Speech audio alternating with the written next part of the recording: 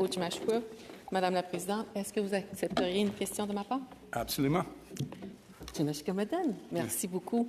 Alors, avec beaucoup d'émotion, vous comprendrez que le Innu et Moon, c'est aussi une langue officielle dans mon cœur. Et mon autre moitié québécoise, l'importance de protéger aussi le français à travers le Canada. Mais là, c'est mon côté Innu qui va vous poser une question, sénateur Gold.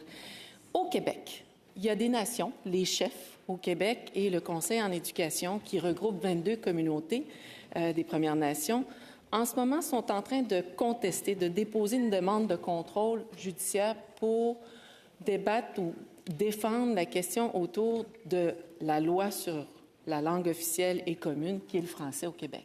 Alors ça a un impact direct sur l'enseignement dans nos écoles, dans nos communautés.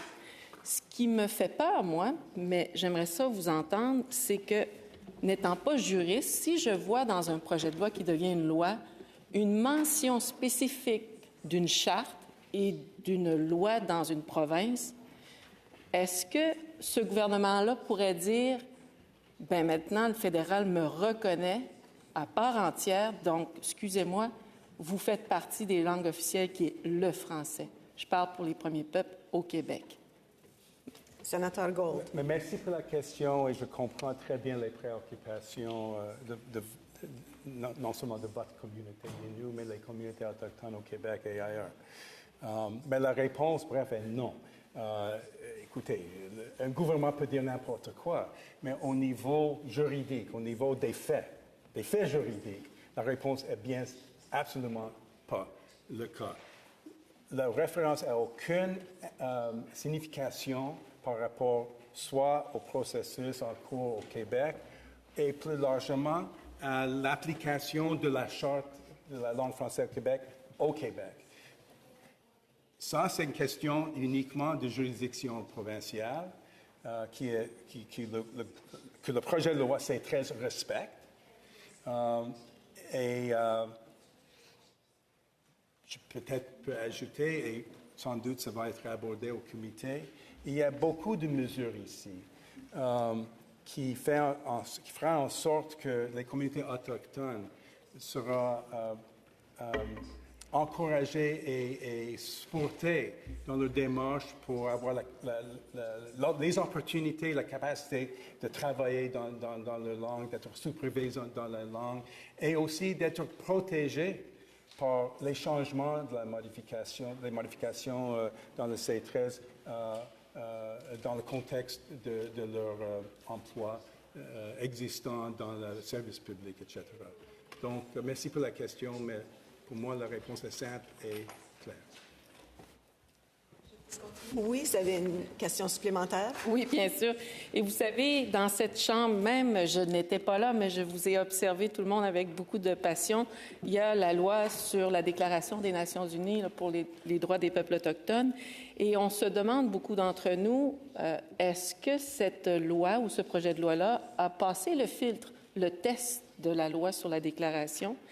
Et sinon, ben, on fait comment pour s'assurer qu'un commissaire des langues autochtones va pouvoir lui aussi collaborer avec le commissaire des langues officielles pour assurer que dans certaines provinces, celui de la Commission des langues autochtones puisse avoir aussi du pouvoir. Je sais qu'on parle de C13, mais j'aurais aimé entendre ou voir dans C13 des parallèles ou des relations importantes. Alors, j'imagine que dans l'étude, ça va être la place pour en discuter. Mais étant juriste, vous l'avez mentionné, vous avez peut-être des conseils à nous donner. Sénateur Gold. Merci pour la question. Je pense que je comprends très bien la question et l'importance dans un pays divers comme le nôtre que toutes les institutions qui ont des objectifs similaires se parlent.